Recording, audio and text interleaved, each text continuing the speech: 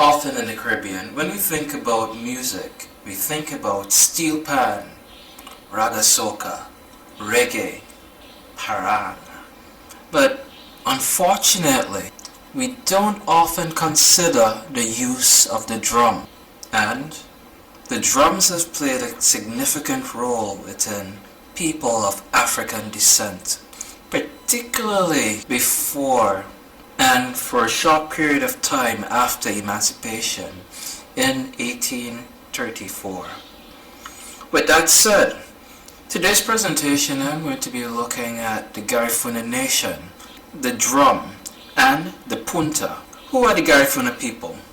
We are a mixed race of African, Kalinago, and Taino people.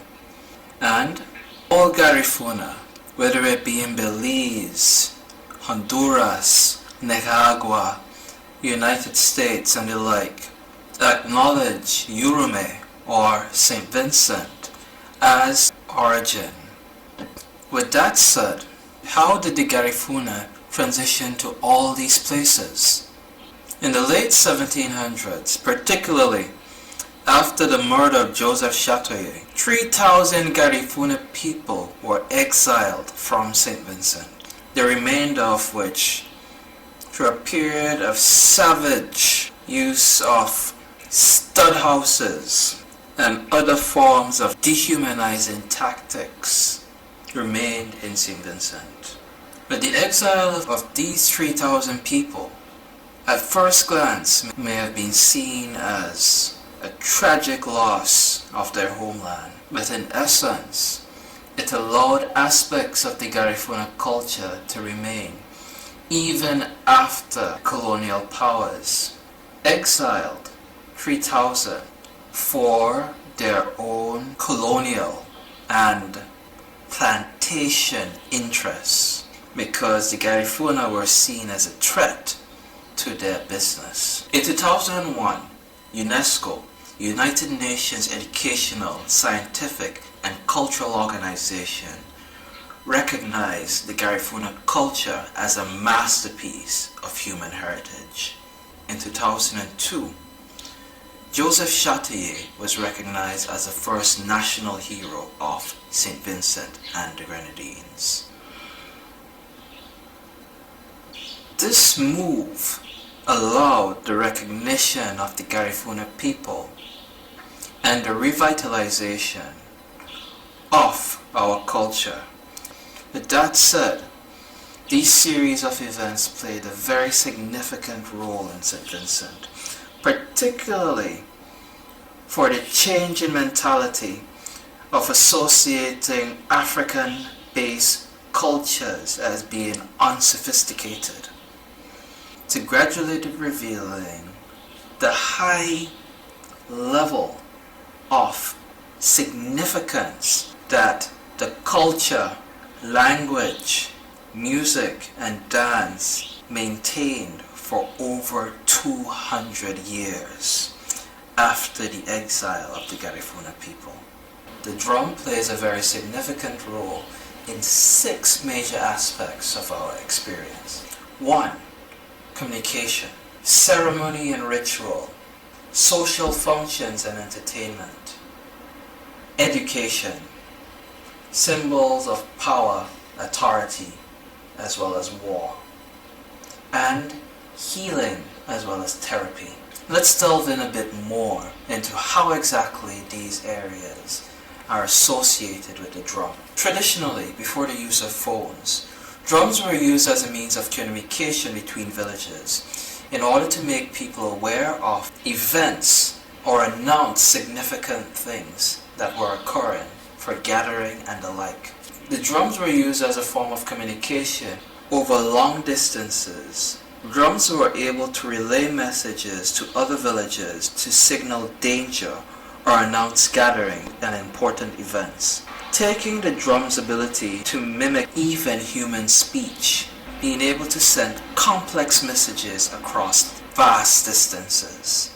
In ceremony such as births, death, marriages, and initiation of rites, they are believed to invoke the power of spirits, honor the ancestors, and facilitate spiritual connection. Drums are considered key elements for social gatherings, festivals, and entertainment. Similar to the steel pan, providing rhythms of music for dancing and enjoyment, enabling dance performances and special movements associated with certain rhythms. In fact, some rhythms are believed to invoke orishas, and on special occasions are known for its role for celebrations. Within the Garifuna culture, drums are used as an integral part to transfer generational knowledge in songs, dance, and even certain religious rites, for example the dugu, as a symbol of authority and warfare. Chiefs and spiritual leaders may own or play certain types of rhythm to inform others of their authority or to warn them or command their forces. For healing, drums are believed to have the capacity to perform both physical and mental healing.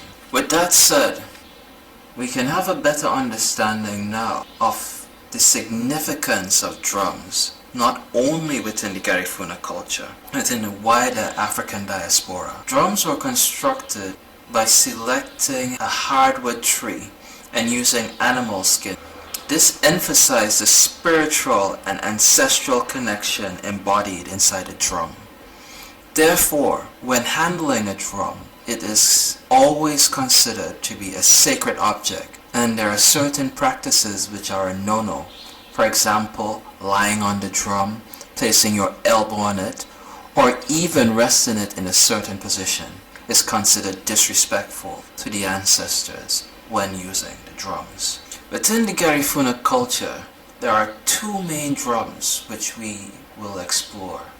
The first drum being the primera, and the second the segunda. The primera drum provides the rhythm which accents the segunda, which is often the bass rhythm.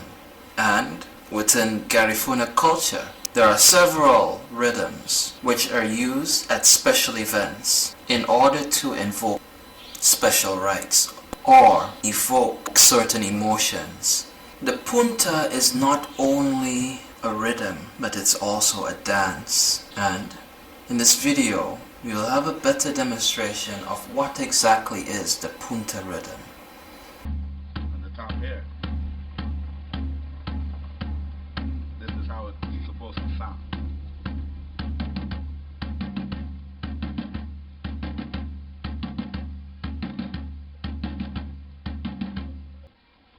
Alright, now we're going to play some punta music. Let's go. This is the punta.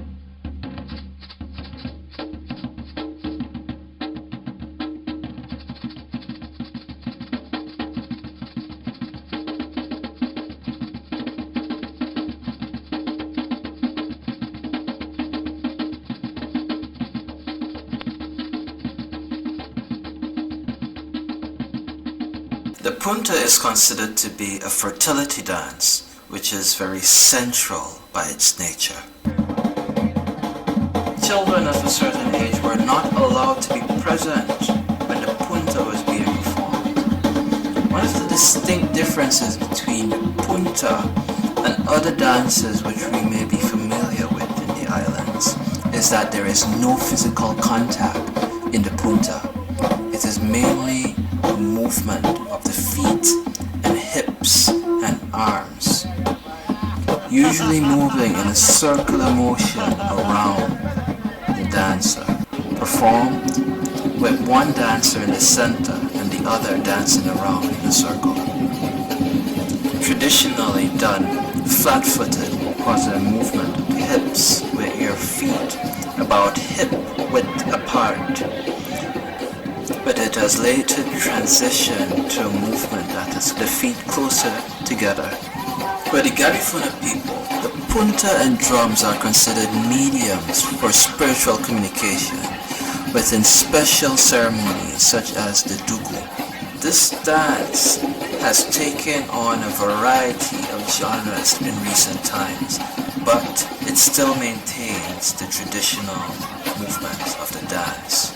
I hope now you have a greater appreciation for an aspect of the Garifuna culture, and that you may be inspired to learn more, not only about the Garifuna culture, but other African-based cultures. With that said, I have also compiled 3 blogs titled The Monologue of the Black Frog, where I give a summary of at least 35,000 years of African diasporan history, focusing on key events so that you can understand the influences in our modern society. If you'd like to learn more about these blogs, you can scan this QR code and visit my page here. Or you can simply click the link in the description. Only 2 of the blogs are presently available. The 3rd one, I am still doing some research. Ceramic.